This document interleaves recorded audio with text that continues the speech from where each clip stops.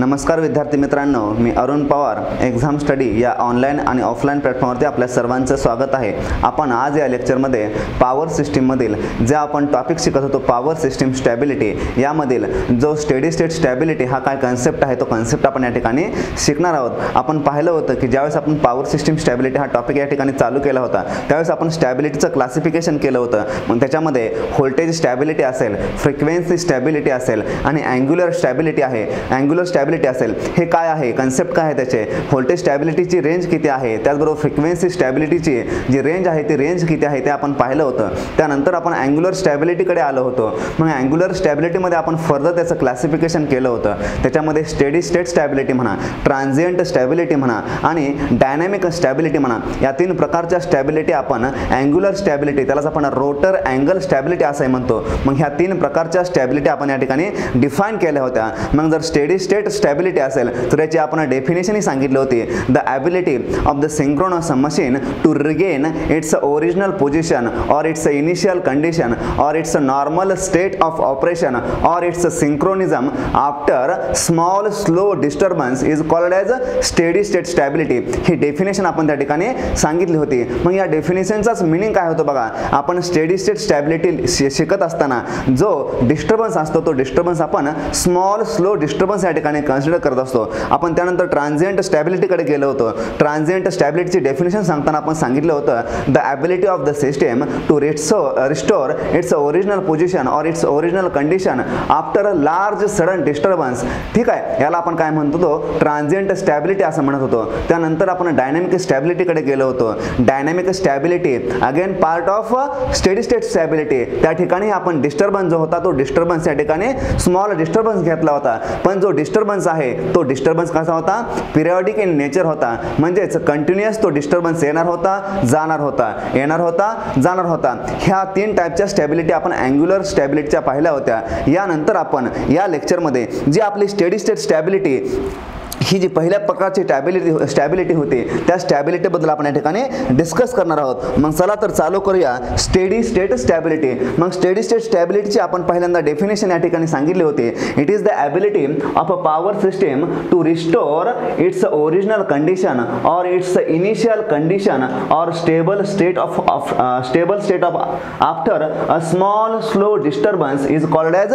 Steady state stability. म्हणजे small slow disturbance नंतर जर सिस्टीम आपली ओरिजिनल पोझिशनला येत असेल तर त्या सिस्टीमला आपण त्या स्टॅबिलिटीला आपण काय म्हणतो, स्टेडी स्टेट स्टॅबिलिटी असं म्हणत होतो। ठीक आहे, मग यानंतर स्टेडी स्टेट स्टॅबिलिटी नंतर आपल्याला स्टेडी स्टेट स्टॅबिलिटी लिमिट हा काय कन्सेप्ट आहे तो कन्सेप्टही आपण या ठिकाणी सांगितलेला होता। ज्यावेळेस आपण पॉवर अँगल कर्व किंवा पॉवर अँगल डायग्राम आपण शिकत होतो त्यावेळेस आपण सांगितलं होतं की मॅक्झिमम पॉवर सेंडिंग एंड पासून रिसिव्हिंग एंडला किती अमाऊंटची फ्लो होऊ शकते त्यालाच आपण स्टेडी स्टेट स्टॅबिलिटी लिमिट असं म्हणतो। मग तेच या ठिकाणी आपल्याला सांगितलेलं आहे, it is defined as maximum power that can be transferred to the receiving end without loss of synchronism. म्हणजे जे आपल्या मोटरचं मशीनचं जे सिंक्रोनिझम आहे ते सिंक्रोनिझम लॉस न करता आपण मॅक्झिमम किती पॉवर सेंडिंग एंड पासून रिसिव्हिंग एंडला ट्रान्सफर करतो ते आपण या ठिकाणी शिकलो होतो। त्यालाच आपण स्टेडी स्टेट स्टॅबिलिटी लिमिट असं म्हणतो। म्हणजे स्टेडी स्टेट स्टॅबिलिटी लिमिट जर आपल्याला कॅल्क्युलेट करायला सांगितलं असेल तर आपण काय कॅल्क्युलेट करतो, स्टेडी स्टेट स्टॅबिलिटी लिमिट त्यालाच आपण Pmax is equal to mod of E into mod of V divided by X हा फॉर्म्युला या ठिकाणी आपण लिहिला होता। आणि या फॉर्म्युल्यामध्ये हा जो X आहे हा X काय होता या ठिकाणी, यालाच आपण ट्रान्सफर रिॲक्टन्स असं म्हणत होतो। ठीक आहे, मग ह्या ट्रान्सफर रिॲक्टन्सचं आपण कॉम्बिनेशन सांगितले होतं। हा ट्रान्सफर जो रिॲक्टन्स आहे तो सिंक्रोनस मशीनचा जो सब ट्रान्झिएंट रिॲक्टन्स आहे त्याला आपण XD डबल डॅश असं म्हणतो आणि ट्रान्समिशन लाईनचा जो रिॲक्टन्स आहे त्याला आपण XL असं म्हणतो। म्हणजे XD डबल डॅश आणि XLचं कॉम्बिनेशन या ठिकाणी काय होतं, ट्रान्सफर रिॲक्टन्स होतं। हे आपण या ठिकाणी शिकलो होतो। मग बघा, जर मॅक्झिमम पॉवर ट्रान्सफर जर आपल्याला ट्रान्सफर करायचं असेल तर आपल्याला काय करावं लागेल, जो आपण इलेक्ट्रिकल आउटपुट पॉवर होतं आपलं ज्यालाच आपण PE is equal to EV divided by X sine of del हा फॉर्म्युला आपण लिहिला होता। जर आपल्याला मॅक्झिमम पॉवर या ठिकाणी ट्रान्सफर करायचं असेल तर आपल्याला या ठिकाणी हा जो डेल आहे या डेलची व्हॅल्यू किती घ्यावी लागेल ही आपण शिकलो होतं। म्हणजेच जर डेल आपला 90 डिग्री असेल म्हणजेच साइन डेल किती असणार आहे हो, म्हणजे साइन 90 किती असणार आहे आपल्याकडे, साइन 90 1 असणार आहे. म्हणजे डेलची जर व्हॅल्यू आपल्याला 1 असेल, सॉरी साइन डेलची जर व्हॅल्यू आपल्याकडे 1 असेल तर आपल्याला मॅक्झिमम पॉवर या ठिकाणी भेटणार होती. मग हे आपण या ठिकाणी पाहिलं होतं. मग जर हे मॅक्झिमम पॉवर जर आपली ग्रेटर असेल, मॅक्झिमम पॉवर जर आपली ग्रेटर असेल स्टेडी स्टेट स्टॅबिलिटी लिमिटपेक्षा, तर मग आपली जी सिंक्रोनस मशीन होती ती सिंक्रोनस मशीन ज्याचं सिंक्रोनिझम आहे त्या सिंक्रोनिझमच्या बाहेर जाणार होते. म्हणजे ज्या ठिकाणी बघा, if when the maximum power transfer is a greater than the steady state stability limit the machine goes out of the सिंक्रोनिझम. Machine आपली काय करत होती, सिंक्रोनिझमच्या बाहेर जात होती आणि त्या ठिकाणी wide fluctuations of voltage are occurred. म्हणजे व्होल्टेजचे त्या ठिकाणी ज्यादा प्रकारे फ्लक्च्युएशन त्या ठिकाणी ऑकर होणार होते. हे आपण पाहिलं होतं. मग या लेक्चरमध्ये आपण या लेक्चरला सुरुवात करूया. या लेक्चरमध्ये आपण स्टेडी स्टेट स्टॅबिलिटी बद्दलच आपण बोलणार आहे. मग स्टेडी स्टेट स्टॅबिलिटी बद्दल बोलून आपण आपण स्विंग इक्वेशन पाहिलं होतं, त्या स्विंग इक्वेशन वरून आपल्याला कशा पद्धतीनं पुढे स्टेडी स्टेट स्टॅबिलिटी डिफाइन करता येईल, सिंक्रोनायझिंग कोएफिशियंट म्हणजे काय आहे, रिजिडिटी फॅक्टर काय आहे, त्याच्यावरून आपण जो आपला रूट येणार आहे कॅरेक्टरिस्टिक इक्वेशनचा, त्या रूट वरून आपण सिस्टीम स्टेबल कधी आहे, सिस्टीम अनस्टेबल कधी आहे, हे आपण या लेक्चरमध्ये शिकणार आहोत. मग बघा, स्टेडी स्टेट स्टॅबिलिटी लिमिट शिकत असताना आपण पहिल्यांदा काय करूया, एक सिंगल मशीन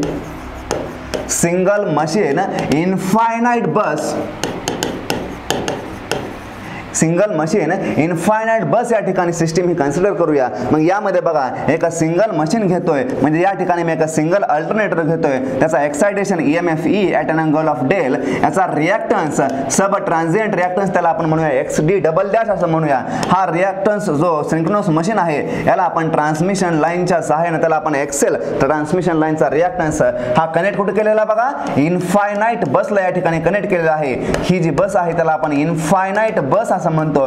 मग इनफायनाइट बसचा मी या ठिकाणी मीनिंग सांगितलेला होता, ज्या बसचं किंवा ज्या सिस्टीमचं व्होल्टेज आणि फ्रिक्वेन्सी कॉन्स्टंट राहते इरिस्पेक्टिव्ह ऑफ द लोड. म्हणजे त्याच्यावरचा लोड रिमूव्ह जरी केला किंवा त्याच्यावर एक्सटर्नल लोड ॲड जरी केला तर ज्या सिस्टीमचं व्होल्टेज आणि फ्रिक्वेन्सी या ठिकाणी कॉन्स्टंट राहणार आहे त्या सिस्टीमला आपण इनफायनाइट बस सिस्टीम असं म्हणणार आहे. हे आपण या ठिकाणी शिकलं होतं. मग जर यानुसार आपण हे सिंगल मशीन इनफायनाइट बस सिस्टीम घेतली होते, मग या मशीनवरच आपण जे स्विंग इक्वेशन होतं ते स्विंग इक्वेशन आपण काय केलं होतं, या ठिकाणी डिराईव्ह केलं होतं. मग स्विंग इक्वेशन आपण जे रोटर डायनॅमिक आहे ते governing equation of rotor dynamic वरून आपण स्विंग इक्वेशन कशा पद्धतीने डिराईव्ह केलं होतं ते आपण स्विंग इक्वेशन या लेक्चरमध्ये पाहिलेलं आहे. म्हणजे स्विंग इक्वेशन आपण लिहिलं होतं ते swing equation md² del divided by dt² is equal to pm minus pe अशा पद्धतीने आपण ते स्विंग इक्वेशन लिहिलं होतं. मग याच्यामध्ये m हा इनर्शिया कॉन्स्टंट आहे, त्याचं युनिट आपण पाहिलं होतं मेगाजूल सेकंद पर इलेक्ट्रिकल रेडियन. अगेन या ठिकाणी हा जो pm आहे याला आपण प्राइमोर पॉवर किंवा मेकॅनिकल इनपुट पॉवर म्हणतो आणि हा जो pe आहे यालाच आपण इलेक्ट्रिकल आउटपुट पॉवर असं म्हणतो. हे आपण पाहिलं होतं. मग या ठिकाणची ही जी पी असणार आहे ही इलेक्ट्रिकल आउटपुट पॉवर म्हणजेच आपण काय करतो EV divided by x into sine of del, त्यालाच आपण इलेक्ट्रिकल आउटपुट पॉवर असं म्हणतो. मग बघा, जर सिस्टीम माझे जर अंडर स्टेडी स्टेट कंडिशनला वर्क करत असेल, म्हणजेच याचा अर्थ काय आहे बघा, अंडर स्टेडी स्टेट कंडिशन काय होणार आहे बघा, अंडर स्टेडी स्टेट कंडिशन जे आपली सिंक्रोनस मशीन आहे त्या सिंक्रोनस मशीनचं जे स्पीड असणार आहे ते स्पीड या ठिकाणी कॉन्स्टंट असायला पाहिजे. जर ते स्पीड या ठिकाणी कॉन्स्टंट असेल, मग जर स्पीड कॉन्स्टंट असेल तर ते मशीनचं इनपुट पॉवर आहे आणि मशीनचे जे आउटपुट पॉवर आहे ते दोन्ही काय असायला पाहिजे, तो इक्वल असायला पाहिजे. याचाच अर्थ जर इनपुट पॉवर आणि आउटपुट पॉवर जर इक्वल असेल याचा अर्थ जी मशीन आहे त्या मशीनचं स्पीड कॉन्स्टंट आहे, म्हणजेच अँग्युलर ॲक्सेलरेशन कॉन्स्टंट आहे. म्हणजेच बघा, under steady state condition omega is equal to 0, त्याला sorry omega is equal to काय असणार आहे या ठिकाणी कॉन्स्टंट असणार आहे. म्हणजे जर आपला ओमेगा कॉन्स्टंट असेल याचाच अर्थ जो आपला प्राइमोर इनपुट पॉवर आहे आणि प्राइमोरचा जो इलेक्ट्रिकलचा जो आउटपुट पॉवर आहे ते दोन्ही पॉवर कशा असायला पाहिजेत, इक्वल असायला पाहिजेत. तर या दोन्ही पॉवर इक्वल असतील तर according to the swing equation बघा md² del divided by dt² is equal to, या ठिकाणी आपण pm मायनस p लिहिलं होतं, पण या ठिकाणी जर दोन्हीही या ठिकाणी पॉवर इक्वल असतील आउटपुटचे आणि इनपुटचे तर या ठिकाणी ही ही जी टर्म आहे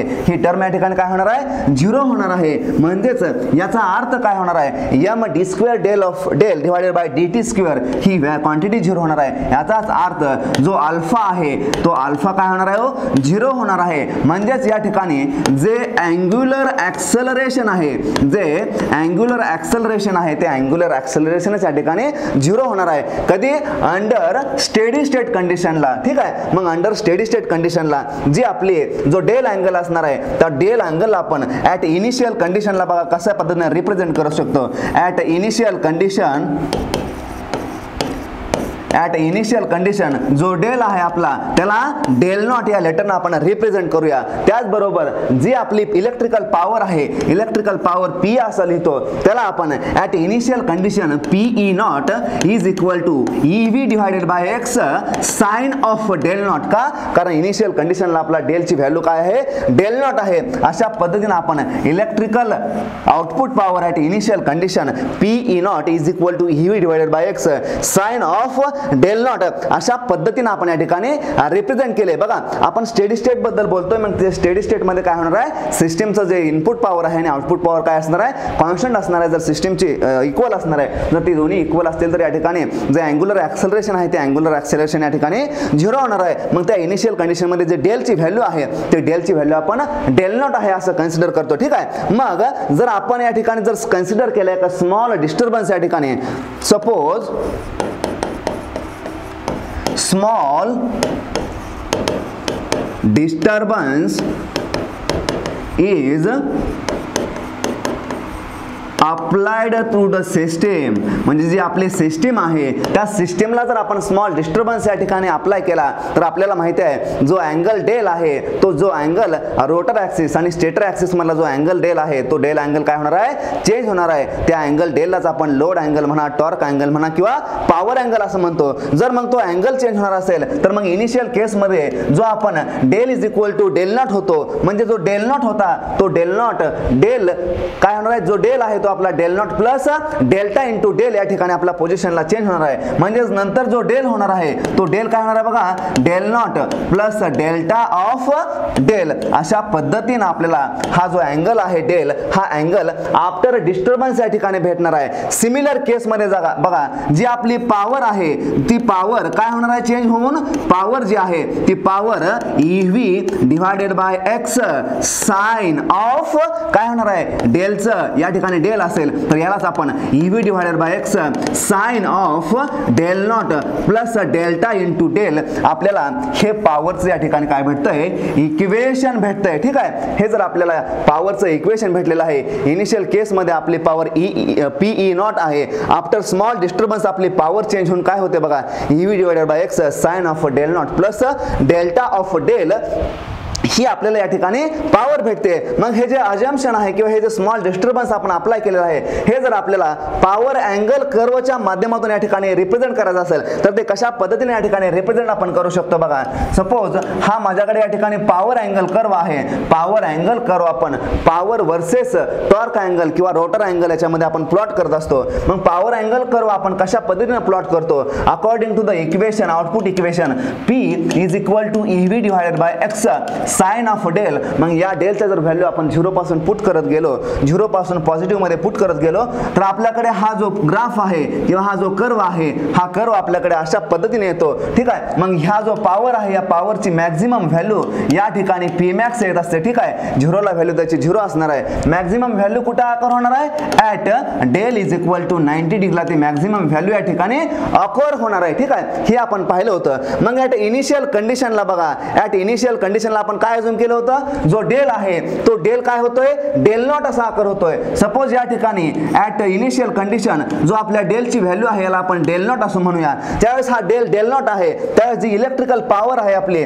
ती इलेक्ट्रिकल आउटपुट पॉवर तिलाच आपण काय म्हणूया PE इज इक्वल टू काय असेल PE नॉट असेल. आणि ते कोणाच्या बरोबर असेल जो प्राइमोर आहे त्या प्राइमोर पॉवरच्या बरोबर असेल. का कारण इनिशियल कंडिशनला सिस्टीम जर आपली स्टेडी स्टेट मध्ये वर्क करत असेल तर प्राइमोर पॉवर आणि इलेक्ट्रिकल आउटपुट पॉवर या ठिकाणी काय असणार आहे सेम असणार आहे. म्हणजे या ठिकाणच्या पॉवरला आपण PE नॉट असं म्हणूया. ठीक आहे. ही झाली इनिशियल पॉवर. त्यानंतर आपण काय केलं, एक स्मॉल डिस्टर्बन्स या ठिकाणी अप्लाय केला. मग स्मॉल डिस्टर्बन्स अप्लाय केल्यानंतर जो डेल आहे तो डेल कुठे चेंज झाला, del not plus delta into delta plus del not into del not plus delta into del या पोझिशनला चेंज झाला. म्हणजेच हा जो डेल आहे ह्या डेलची व्हॅल्यू काय होते या ठिकाणी, del not plus delta del या पोझिशनला चेंज होते. जर अशा पद्धतीने ही पॉवर या ठिकाणी चेंज होत असेल, डेल्टा चेंज होत असेल, तर जी पॉवर आहे अगेन जी पॉवर आपण PE plus delta of PE अशा पद्धतीने आपली पॉवर सुद्धा या ठिकाणी काय होणार आहे, चेंज होणार आहे. हे या ठिकाणी आपल्याला इम्पॉर्टंट जे कन्क्लुजन आहे हे कन्क्लुजन आपल्याला नंतर जे आपण स्टेडी स्टेट स्टॅबिलिटी पाहणार आहे त्या स्टेडी स्टेट स्टॅबिलिटी मध्ये हे इम्पॉर्टंट कन्क्लुजन आपल्याला या ठिकाणी येणार आहे. मग बघा या ठिकाणी हे जे पॉवरचं मी इक्वेशन लिहिलेलं आहे, power PE is equal to EV by x sine of del not plus delta into del या पॉवरच्या इक्वेशनला आपण कशा पद्धतीने रिप्रेझेंट करू शकतो. बघा PE is equal to EV divided by x sine of del not plus delta into del. याला जर आपल्याला स्प्लिट करायचं असेल sine A plus sine B च्या फॉर्म मध्ये, तर आपण याला कशा पद्धतीने लिहू शकतो. बघा EV divided by x into bracket काय असणार आहे बघा, साइन ऑफ आपण sine A plus sine B चा फॉर्म्युला वापरणार आहे. म्हणजे sine A cos B plus cos A sine B आपण या फॉर्म्युलाचा वापर करून या ठिकाणी sine of delta naught cos of del delta delta del, ठीक आहे, हा फॉर्म्युला या ठिकाणी plus of cos of delta naught cos of del not into sine of delta del हा फॉर्म्युला या ठिकाणी आपण यूज करणार आहोत. आणि ही काय झालं, आपल्या इलेक्ट्रिकल आउटपुट पॉवरचं इक्वेशन झालं. ठीक आहे, मग यामध्ये हा जो डेल्टा आहे हा डेल्टा डेल हा जर आपण अँगल कन्सिडर केला तर जो आपण डिस्टर्बन्स या ठिकाणी अप्लाय केलेला आहे तो डिस्टर्बन्स कसा अप्लाय केलेला आहे, स्मॉल डिस्टर्बन्स या ठिकाणी अप्लाय केलेला आहे. म्हणजेच इफ डिस्टर्बन्स इज स्मॉल, म्हणजे जर डिस्टर्बन्स आपल्याकडे स्मॉल असेल याचाच अर्थ काय असणार आहे, हा जो डेल्टा डेल आहे ह्याची व्हॅल्यू काय असणार आहे, अप्रॉक्सिमेटली इक्वल टू काय असणार आहे, 0 असणार आहे. जर डेल्टा डेल ची व्हॅल्यू जर अप्रॉक्सिमेटली इक्वल टू 0 असेल याचाच अर्थ जो cos of delta into del असेल त्याची व्हॅल्यू काय असणार आहे बघा, त्याची व्हॅल्यू 1 असणार आहे. Similarly sine of delta del ची व्हॅल्यू काय असणार आहे बघा, साइन ऑफ डेल्टा डेल म्हणजे याची जर व्हॅल्यू आपल्याला साइन ऑफ डेल्टा डेल ची व्हॅल्यू कॅल्क्युलेट करायची असेल, जर डेल्टा 0 ची व्हॅल्यू 0 असेल म्हणजे 0 ला जर अप्रोच करत असेल, 0 च्या क्लोज असेल, तर अगेन हा जो sine of delta into del आहे याची व्हॅल्यूच काय होणार आहे, डेल्टा इंटू डेल टाइम्स होणार आहे. म्हणजे ज्याची value sine of delta del ची व्हॅल्यू अप्रॉक्सिमेटली इक्वल टू काय होणार आहे, डेल्टा इंटू डेलच्या या ठिकाणी बरोबर होणार आहे. म्हणजे याचाच अर्थ साइन डेल्टा डेल आपण डेल्टा डेलने या ठिकाणी रिप्लेस करू शकतो. मग हे जर क्वांटिटी आपण या वरच्या इक्वेशन मध्ये पुट केल्या, PE is equal to EV divided by X, ठीक आहे, या ईव्ही डिवाइडेडलाच एक्स ला आपण काय म्हणतो, पी मॅक्स असं म्हणतो. म्हणजे maximum steady state maximum power transfer म्हणा किंवा स्टेडी स्टेट स्टॅबिलिटी म्हणा, म्हणजे याला आपण पी मॅक्स या लेटरने या ठिकाणी काय करू शकतो, रिप्लेस करू शकतो. म्हणजे त्याला आपण पी मॅक्स इंटू ब्रॅकेट बघा sine of delta naught sorry sine of del naught या ठिकाणी कॉस ऑफ डेल्टा डेल ची व्हॅल्यू या ठिकाणी काय असणार आहे, 1 असणार आहे, plus of cos of delta naught sorry cos of del not into sine of delta del ची व्हॅल्यू काय या ठिकाणी approximately equal to delta into डेलच्या बरोबर आहे. म्हणजे त्याला आपण डेल्टा इंटू डेल अशा पद्धतीने या ठिकाणी आपण याला रिप्रेझेंट करू शकतो. म्हणजेच हे जे इक्वेशन या ठिकाणी लिहिलं आहे बघा, हे equation PE is equal to P max sine of delta naught sine of del not plus P max cos of del not into delta into del हे इक्वेशन या ठिकाणी आपल्याला आलेलं आहे. हे इक्वेशन अगेन आपल्याकडे इम्पॉर्टंट रोल प्ले करणार आहे. मग या इक्वेशन मध्ये बघा ही जी पहिली टर्म लिहिलेली आहे याला आपण P max sine of del naught असं म्हणतो.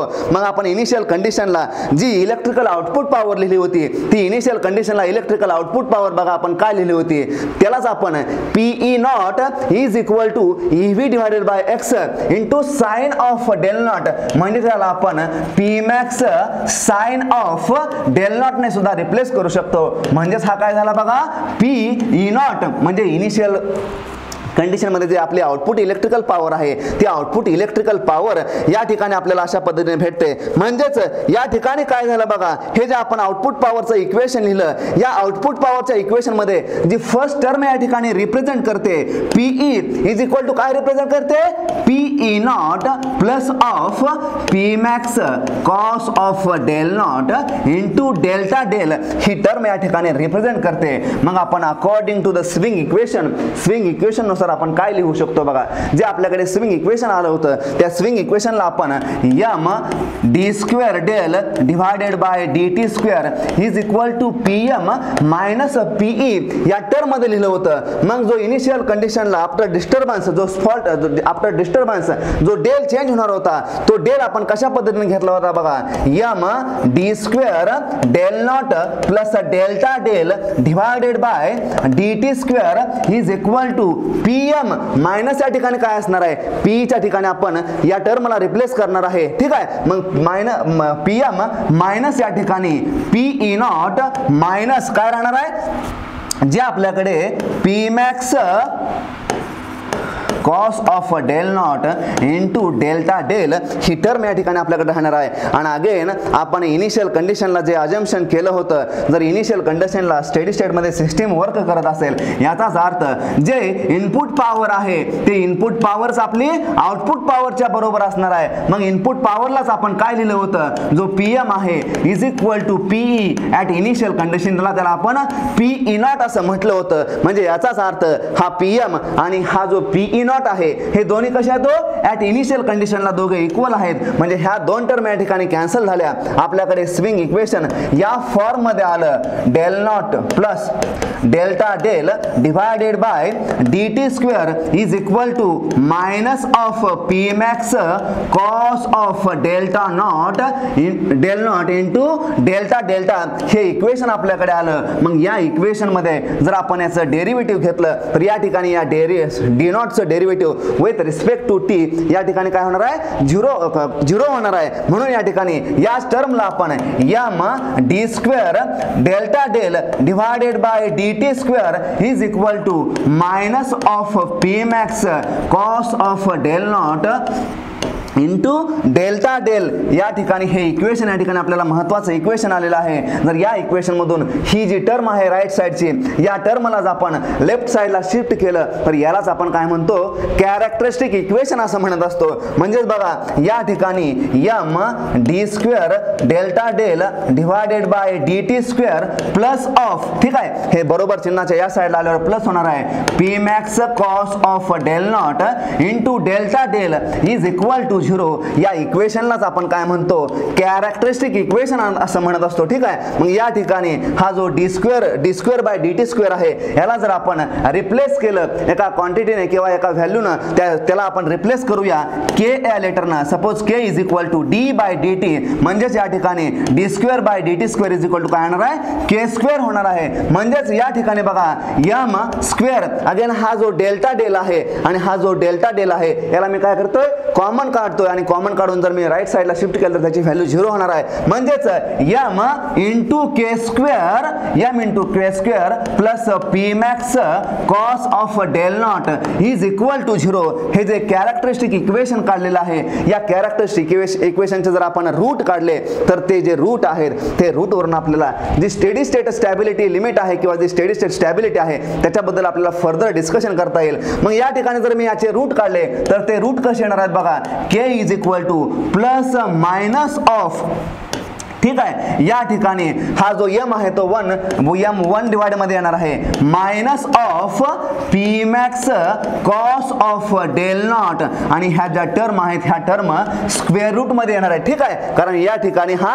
स्क्वेअर आहे. अगेन ह्या जो रूट आलेला आहे हा रूट या ठिकाणी महत्वाचा आहे. याचं युनिट काय असणार आहे बघा, रेडियन पर सेकंद हे याचं युनिट भेटणार आहे आपल्याला. ही गोष्ट या ठिकाणी लक्षात ठेवायची आहे. मग या ठिकाणी हा जो P max cos of del naught आहे, P max cos of del not, म्हणजेच या P max cos of del नॉटलाच आपण कशा पद्धतीने लिहू शकतो बघा. आपण जी ऍक्टिव्ह पॉवर होती त्या ऍक्टिव्ह पॉवरलाच आपण लिहिलं होतं EV divided by x sine of del, आपण या ऍक्टिव्ह पॉवरला लिहिलं होतं. मग या ऍक्टिव्ह पॉवरचं जर आपण डेरिव्हेटिव्ह घेतला असतं तर या डेरिव्हेटिव्ह घेऊन DPE divided by D of delta is equal to EV divided by x into cos of delta हे इक्वेशन आपल्याला आलेलं असतं. म्हणजे इक्वेशन आलेलं असतं. याचाच अर्थ हा जो ईव्ही डिवायडेड बाय एक्स आहे, EV divided by x into cos of del, हा काय आहे first derivative of active power आहे. ठीक आहे. पण हे ऍक्टिव्ह पॉवरचं डेरिव्हेटिव्ह आपण कुठे घेतलंय, when del is equal to del not. म्हणजेच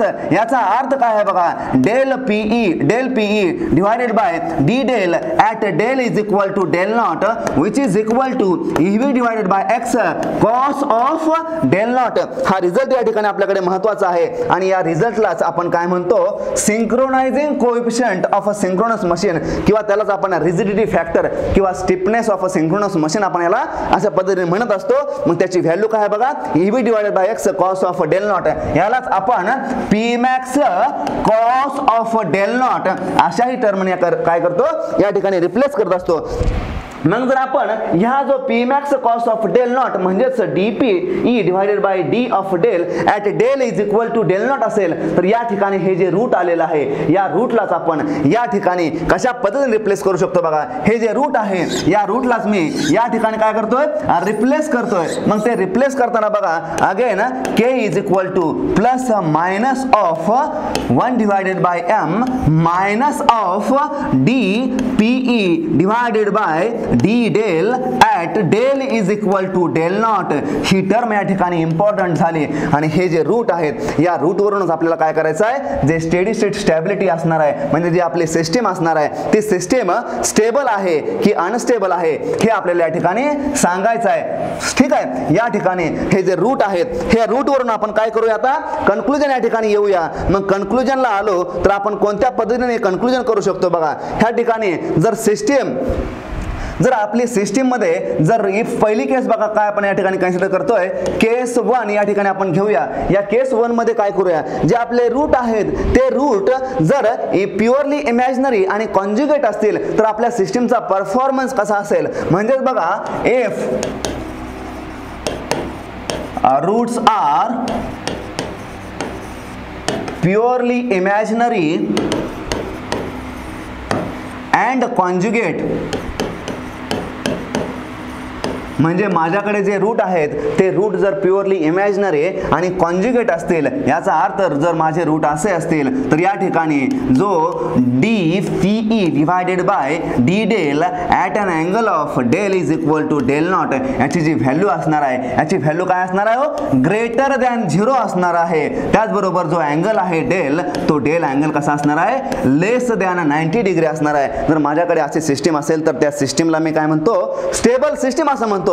पण ह्या सिस्टीमचं जे ऑसिलेशनचं जे रिस्पॉन्स आहे म्हणजे या सिस्टीम मध्ये ऑसिलेशन असतील का, जर ते ऑसिलेशन असतील तर ते डॅम्प्ड ऑसिलेशन असतील की अंडर डॅम्प्ड ऑसिलेशन असतील ते या ठिकाणी आपल्याला पाहणं गरजेचं आहे. या ठिकाणी जे आपले रूट आलेले आहेत ते रूटची व्हॅल्यू आपण सांगितली होती K is equal to 1 divided by M minus of do P del D PE divided by D del at del is equal to del naught. हे काय आलं होतं, स्क्वेअर रूट मध्ये रूट आलं होतं. मग ते स्क्वेअर रूट मध्ये जे रूट आलेले होते जर आपले रूट हे प्युअरली इमॅजिनरी आणि कॉन्जुगेट असतील तर आपण या ठिकाणी काय म्हणतो, माझी सिस्टीम जी आहे ती सिस्टीम या ठिकाणी स्टेबल सिस्टीम म्हणून आपण काय करणार आहे, वर्क करणार आहे. ज्यावेळेस आपल्याकडे माझी जी सिंक्रोनायझिंग पॉवर आहे ते सिंक्रोनायझिंग पॉवर या ठिकाणी ग्रेटर दॅन 0 असेल, म्हणजेच डेल हा कसा असेल, लेस दॅन 90 डिग्री असेल. पण हा जो रिस्पॉन्स आहे हा रिस्पॉन्सचे जे ऑसिलेशन असतील तर जे ऑसिलेशन जर आपल्याला दाखवायचे असेल तर ऑसिलेशन इनिशियल कंडिशन मध्ये आपण कशा पद्धतीने या ठिकाणी दाखवू शकतो बघा. जर माझ्याकडे रूट हे प्युअरली इमॅजिनरी आणि कॉन्जुगेट असतील, बघा या ठिकाणी टाइम घेतोय, या ठिकाणी अँगल डेल घेतोय. इनिशियल पोझिशनला माझ्याकडे जो अँगल होता त्या अँगलला मी काय म्हणतोय, डेल नॉट असं म्हणतोय. माझ्याकडे जर root purely conjugate purely imaginary आणि कॉन्जुगेट असतील तर या ठिकाणी जो माझ्या सिस्टीमचा रिस्पॉन्स असणार आहे तो रिस्पॉन्स मला अशा पद्धतीने या ठिकाणी भेटणार आहे. या रिस्पॉन्सलाच आपण काय म्हणतो बघा, अनडॅम्प्ड ऑसिलेशन असं म्हणतो. मग त्या अनडॅम्प्ड ऑसिलेशनची फ्रिक्वेन्सी असते ती फ्रिक्वेन्सी या ठिकाणी काय असते, कॉन्स्टंट असते. ती फ्रिक्वेन्सी 0 ला टच करत नाही, म्हणजे never settles, this frequency will never settle. ठीक आहे. मग जर फ्रिक्वेन्सी सेटल होत नसेल याचाच अर्थ काय होणार आहे बघा, हे जे ऑसिलेशन आहेत हे ऑसिलेशन या ठिकाणी अनडॅम्प्ड ऑसिलेशन आहे. ठीक आहे. त्याला आपण अनडॅम्प्ड ऑसिलेशन असं म्हणतो. मग जर हे ऑसिलेशन अनडॅम्प्ड असतील तर जी ही सिस्टीम आहे या सिस्टीमलाच आपण मार्जिनली स्टेबल सिस्टीम आहे असं म्हणतो. ठीक आहे. मार्जिनली स्टेबल सिस्टीम आहे असं म्हणतो. मग हे अनडॅम्प्ड जे ऑसिलेशन आहेत, ठीक आहे, मग हे जे अनडॅम्प्ड ऑसिलेशन आहेत ते अनडॅम्प्ड ऑसिलेशन आपल्याला रिड्यूस करायचे असतील किंवा कमी करायचे असतील, म्हणजे सिस्टीममधून आपल्याला डायआउटच करायचे असतील तर आपल्याला काय करावं लागेल, या ठिकाणी डॅम्पर वाइंडिंग्स या ठिकाणी कन्सिडरेशन करावं लागेल. जर आपण या ठिकाणी डॅम्पर वाइंडिंग या ठिकाणी कन्सिडर केली तर हे जे अनडॅम्प्ड ऑसिलेशन आहेत ते अनडॅम्प्ड ऑसिलेशन आफ्टर सम टाइम काय होणार आहेत, रिड्यूस होणार आहेत आणि सिस्टीम मध्ये काय होणार आहेत, फक्त आपल्याला स्टेडी स्टेट मध्ये सिस्टीमचं वर्किंग होणार आहे after removing the undamped oscillation after some time. ठीक आहे. मग ते अनडॅम्प्ड ऑसिलेशन कधी रिमूव्ह होणार आहेत बघा, अनडॅम्प्ड ऑसिलेशन आफ्टर कन्सिडरिंग, जर आपण डॅम्पर वाइंडिंग या ठिकाणी कन्सिडर केली, आफ्टर कन्सिडरिंग डॅम्पर वाइंडिंग, म्हणजे जो आपण इनिशियल कंडिशनला जो डॅम्पर वाइंडिंगचा इफेक्ट या ठिकाणी निग्लेक्ट करतो तो इफेक्ट जर आपण या ठिकाणी जर कन्सिडर केला तर काय होणार आहे, जो सब ट्रान्झिएंट रिएक्टन्स आहे तो सब ट्रान्झिएंट रिएक्टन्स याच्या ठिकाणी ऍड होणार आहे आणि जे ऑसिलेशन असणार आहे ते ऑसिलेशन या ठिकाणी काय होणार आहेत, डॅम्प आउट होणार आहेत. म्हणजे हा जो सिस्टीमचा रिस्पॉन्स असेल तो रिस्पॉन्स कसा असेल बघा, अगेन या ठिकाणी डेल टी असणार आहे, या ठिकाणी डेल, अगेन इनिशियल कंडिशनला माझा हा डेल नॉट आहे. ठीक आहे. इनिशियल कंडिशनला जो डेल होता त्याची व्हॅल्यू आपण काय घेतली होती, डेल नॉट घेतली होती. मग जे ऑसिलेशन असणार आहेत after considering effect of damper, ते ऑसिलेशन आपले काय होणार आहे, तो oscillation will be dies out after some time. म्हणजे ते सिस्टीम मधले जे ऑसिलेशन आहेत ते ऑसिलेशन काय होणार आहे, त्या ठिकाणी डॅम्प आउट होणार आहेत आणि ही जी सिस्टीम आहे ही सिस्टीमच या ठिकाणी काय असणार आहे, स्टेबल असणार आहे. स्टेबल कधी असणार आहे, ज्या वेळेस आपण जे डॅम्पर वाइंडिंग आहे त्या डॅम्पर वाइंडिंगचा इफेक्ट या ठिकाणी कन्सिडर करतो. त्याचबरोबर जे रूट आहेत ते रूट कसे असायला पाहिजे, तो रूट प्युअरली इमॅजिनरी आणि काय असायला पाहिजे, कॉन्जुगेट असायला पाहिजे एकमेकांचे. त्यावेळेस या सिस्टीमला आपण स्टेबल सिस्टीम आहे असं म्हणतो. ठीक आहे. हे जे या ठिकाणी असून हे सिस्टीम दाखवलेली आहे त्याला आपण स्टेबल असं म्हणतो. मग यानंतर आपण दुसरी केस या ठिकाणी कन्सिडर करूया आणि या दुसऱ्या केस मध्ये बघा या ठिकाणी मी लिहितोय हे सिस्टीम कशी असणार आहे, आपली स्टेबल सिस्टीम म्हणून या ठिकाणी वर्क होणार आहे. यानंतर आपण केस नंबर 2 घेऊया आणि या केस नंबर 2 मध्ये बघा मी काय करतोय, केस 2 काय घेतोय बघा, इफ रूट्स आर रियल, जर माझ्याकडे रूट हे रियल असतील, रियल आहे त्याचाच अर्थ काय असणार आहे, आपल्या सिस्टीमचे जे रूट होते आपण ते प्लस मायनस के च्या फॉर्म मध्ये लिहिले होते. म्हणजे या ठिकाणी एक रूट आपला काय असणार आहे, पॉझिटिव्ह असणार आहे आणि दुसरा रूट आपल्याकडे काय असणार आहे, निगेटिव्ह असणार आहे. पण हे दोन्ही रूट कसे असणार आहेत, इक्वली इन मॅग्निट्यूड असणार आहेत. भले ते पॉझिटिव्ह असतील निगेटिव्ह असतील, एक पॉझिटिव्ह असेल एक निगेटिव्ह असेल, पण त्यांची मॅग्निट्यूड कशी असणार आहे, इक्वल असेल. जर हे रूट आपल्याकडे असे असतील तर या सिस्टीमचं जो आपण DPE divided by D of del at del is equal to del not, ह्या सिस्टीमचा जे आउटपुट सिंक्रोनायझिंग पॉवर असणार आहे ती सिंक्रोनायझिंग पॉवर या ठिकाणी काय असणार आहे, लेस दॅन 0 असणार आहे. याचाच अर्थ जो डेल आहे तो डेल आपला कसा असणार आहे, ग्रेटर दॅन 90 डिग्री असणार आहे. मग जर आपल्याकडे अशी सिस्टीम असेल तर या सिस्टीमचा रिस्पॉन्स जर आपल्याला अगेन ड्रॉ करायचा असेल, ठीक आहे, या ठिकाणी डेल झाला या ठिकाणी टी झाला, आपण इनिशियल कंडिशन या ठिकाणी कन्सिडर करतोय तिला आपण डेल नॉट असं म्हणतोय. मग या सिस्टीमचे जर आपण साइन आणि कॉसच्या टर्म मध्ये या सिस्टीमला जर आपण रिप्रेझेंट केलं तर या सिस्टीमचा जो रिस्पॉन्स आहे हा रिस्पॉन्स आपल्याला अशा पद्धतीने इन्फिनिटीकडे टेंड्स करताना दिसतोय. म्हणजे ह्या सिस्टीमला जर आपण बाउंडेड इनपुट देत असेल, सिस्टीम आपली आउटपुट ही अनबाउंडेड देत असेल तर त्या सिस्टीमला आपण या ठिकाणी अनस्टेबल सिस्टीम आहे असं म्हणत असतो. म्हणजे ही सिस्टीम जी आहे ती सिस्टीम या ठिकाणी कशी असणार आहे, अनस्टेबल सिस्टीम असणार आहे. म्हणजे बघा जर पहिल्या केस मध्ये जर रूट आपले प्युअरली इमॅजिनरी आणि कॉन्जुगेट असतील तर सिस्टीम आपली स्टेबल असणार आहे. पण त्याचबरोबर ज्यावेळेस आपण दुसरी केस घेतोय त्या दुसऱ्या केस मध्ये जे रूट्स आहेत आपले ते रूट्स रियल आहेत, म्हणजे त्याच्यामध्ये कोणताही इमॅजिनरी पार्ट नाहीये. जर रूट्स रियल असतील तर त्या ठिकाणी एक रूट आपला पॉझिटिव्ह असणार आहे आणि एक रूट आपला काय असणार आहे, निगेटिव्ह असणार आहे. पॉझिटिव्ह आणि निगेटिव्ह रूट असल्यामुळे जे सिस्टीमची जी सिंक्रोनायझिंग पॉवर असणार आहे ती सिंक्रोनायझिंग पॉवर या ठिकाणी लेस दॅन 0 झिरो असणार आहे. जर सिंक्रोनायझिंग पॉवर लेस दॅन झिरो म्हणजे या ठिकाणी ही जी पॉवर आहे ती पॉवर जर लेस दॅन झिरो असेल तर डेल आपला काय असणार आहे, डेल आपला ग्रेटर दॅन 90 डिग्री असणार आहे. ही टर्म या ठिकाणी किंवा ही गोष्ट आपल्याला या ठिकाणी लक्षात ठेवायची आहे. ठीक आहे. मग यानंतर इम्पॉर्टंट डिस्कशन आपण हा जो पॉवर अँगल कर्व आहे in case of synchronizing power angle curve आपण कशा पद्धतीने या ठिकाणी काढू शकतो बघा. ठीक आहे. या ठिकाणी पॉवर झाली, या ठिकाणी डेल झाला. जर पॉवर अँगल कर्व आपण या ठिकाणी प्लॉट केला तर पॉवर अँगल कर्व बघा या ठिकाणी हा जो आपला DPE divided by D del आहे तो कसा आहे हो, D इंटू डेल आहे. तो कसा आहे आपल्याकडे ग्रेटर दॅन झिरो आहे. याचाच अर्थ हा जर ग्रेटर दॅन झिरो असेल तर जो आपला डेल हा अँगल आहे हा डेल अँगल कुठून कुठपर्यंत जाणार आहे हो, 0 पासून 90 डिग्री पर्यंत जाणार आहे. म्हणजेच या रिजन मध्ये जी सिस्टीम आहे आपली ती सिस्टीम या ठिकाणी स्टेबल सिस्टीम आहे असं आपण म्हणणार आहे. पण या ज्या वेळेस आपण 90 डिग्रीच्या पुढे जातोय म्हणजे या केस मध्ये आपला जो DPE divided by D del हा कसा असणार आहे हो, याचा स्लोप जर घेतला तर आपण स्लोप हा काय येतो या ठिकाणी निगेटिव्ह येतोय. म्हणजेच हा अँगल जर 90 पेक्षा ग्रेटर असेल आणि 180 पर्यंत असेल तर ही जी सिस्टीम आहे किंवा हे जे रिजन आहे या रिजनलाच आपण काय म्हणतोय, अनस्टेबल रिजन असं म्हणतोय. म्हणजे सिस्टीमच्या स्टॅबिलिटीसाठी आपल्याला काय काय महत्त्वाचं आहे बघा. सिस्टीमच्या स्टॅबिलिटीसाठी आपल्याला जो हा जो स्लोप आहे स्लोप पॉवरचा तो स्लोप म्हणजेच DPE divided by D del is greater than zero असायला पाहिजे. म्हणजे बघा जसं जसं डेल वाढतोय तस तसे आपले पॉवर सुद्धा या ठिकाणी वाढते. म्हणजे हे जे रिजन आहे या रिजनलाच आपण काय म्हणतो, या रिजनलाच आपण स्टेबल रिजन ऑफ ऑपरेशन असं म्हणत असतो.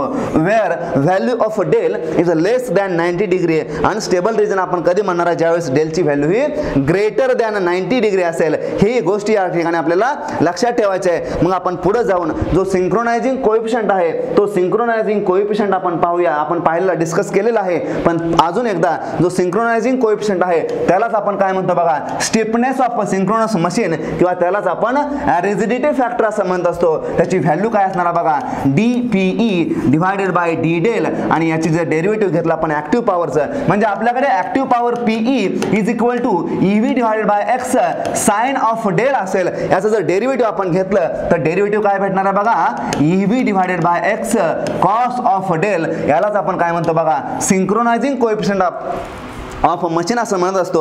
मग याची व्हॅल्यू जर आपण del is equal to del not ला घेतली ज्या पद्धतीने आपण स्टेडी स्टेट स्टॅबिलिटी लिमिट पाहत असताना शिकलो होतो. म्हणजेच बघा DPE divided by D del at del is equal to del not which is equal to EV divided by x cos of del not. यालाच आपण सिंक्रोनायझिंग कोएफिशियंट ऑफ मशीन किंवा त्यालाच आपण स्टिफनेस ऑफ सिंक्रोनस मशीन किंवा या ठिकाणी rigidity factor असं म्हणत असतो. सिंक्रोनस मशीन शिकत असताना आपल्याला आपण म्हणतो की जो सिंक्रोनायझिंग कोएफिशियंट ऑफ पॉवर आहे त्याच्यावर आपण काय करतो, जी सिस्टीमची जी आपल्या मशीनची स्टॅबिलिटी आहे ती आपण स्टॅबिलिटी या ठिकाणी डिफाइन करत असतो. म्हणजे हा जो सिंक्रोनायझिंग कोएफिशियंट आहे तो सिंक्रोनायझिंग कोएफिशियंट या ठिकाणी आपल्याला महत्त्वाचा आहे. मग सिस्टीम आपली स्टेबल असायला पाहिजे. जर सिस्टीम आपली स्टेबल असायला पाहिजे तर हा जो सिंक्रोनायझिंग कोएफिशियंट आहे त्यालाच आपण